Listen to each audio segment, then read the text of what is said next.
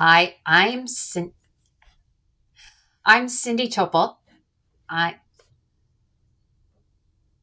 I'm Cindy Topol. I'm a certified menopause specialist, certified nutrition coach, weight loss coach, and member of the Menopause Society. But most importantly, like you, I'm a menopausal woman. And if you feel like you have changed absolutely nothing about what you're eating or how you're exercising, yet you're gaining weight, there's a very good reason for that. The Menopause Society says 70% of women gain weight during this time in our lives. But what nobody's really telling you, which I think you deserve to know, are the 5 reasons why you are putting weight on that have nothing to do with the amount of calories that you're eating. And that's what today's discussion is about. Okay, let's walk through the 5 reasons that you're gaining weight that have nothing to do with having too many calories. The first, as your estrogen level drops during the beginning of the perimenopause process and then declines to nothing as you go through the balance of your life, it really impacts a lot of systems on your body, including your musculoskeletal system or your muscle and your bones. So as you lose estrogen, you begin to lose muscle mass to the tune of about 8 to 10% a decade. And if you think about the fact that this process starts in the late 30s and you could live into your 80s, that's a lot of muscle to lose if you're not doing anything to rebuild it. So why is muscle mass important? Because it lowers your metabolism. The amount of muscle mass is the biggest determiner of your metabolism or how much food you can eat without gaining weight. So if you are losing your muscle mass, your metabolism is going down. So even though you're eating the same amount of food, you are gaining weight. The next thing that happens, your insulin level rises because you've lost a big burner of your sugar or glucose, and that's muscle mass. Insulin levels also rise and change how your body is storing fat. So the more insulin you have in the body, the more fat storage you have, and most of that fat is getting stored around the midsection of your body.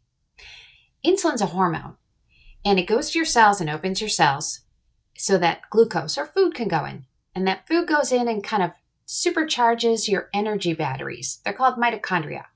So if your cells aren't responding to insulin to open up, they're not getting as much food in the form of glucose, and those little energy batteries aren't working. So you're fatigued. You're experiencing something called insulin resistance in that process. And when your body has a bunch of extra insulin and glucose flying around it, and it doesn't have a place to go because you're resistant to it, it gets stored as fat.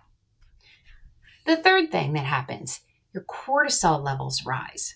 They don't rise because your estrogen comes down, but they rise because other things are happening in your body as a result of that. Now, when cortisol levels go up, we see an increase in not only mood changes, irritability, waking up at 2 or 3 in the morning, which interrupts your sleep pattern, but also an increase in belly fat or menopause belly that happens around the midsection of your body. It's a certain kind of fat that we start gaining. What's number 4? Number 4 is your gut health changes. Now, when I talk about your gut, I'm talking about your large intestine. And this guy does 3 big things for you when we're thinking about menopause and weight gain. The first, it's where you digest and absorb a lot of your food. Second, it's kind of your waste highway. It's where you go to the bathroom from. The third thing this guy does is it makes a lot of hormones. Hormones that increase your hunger, hormones that control your appetite or how much you can eat, hormones that help make you feel fuller, hormones that impact your mood and your motivation and how excited you feel about your life.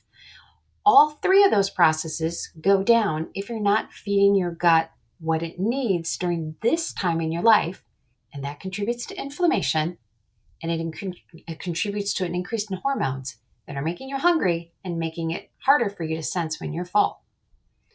The 5th thing that's happening is inflammation.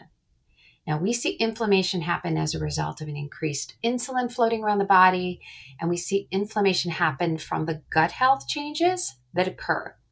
So having inflammation in the body causes tons of symptoms, as do most of these. But inflammation also leads to a lot of weight gain, especially again in the midsection. If we see an insulin increase, we see inflammation in the body. We see symptoms and we see weight gain. So what can you do? So like and subscribe this channel. You can learn as much as you want to on this channel as I get it going. And you can always go to menopausepath.com, my website, and learn more about me and how I can help you with these symptom and weight gain inducing conditions. Or on Instagram, you can follow me at Menopause Path. Have a great day.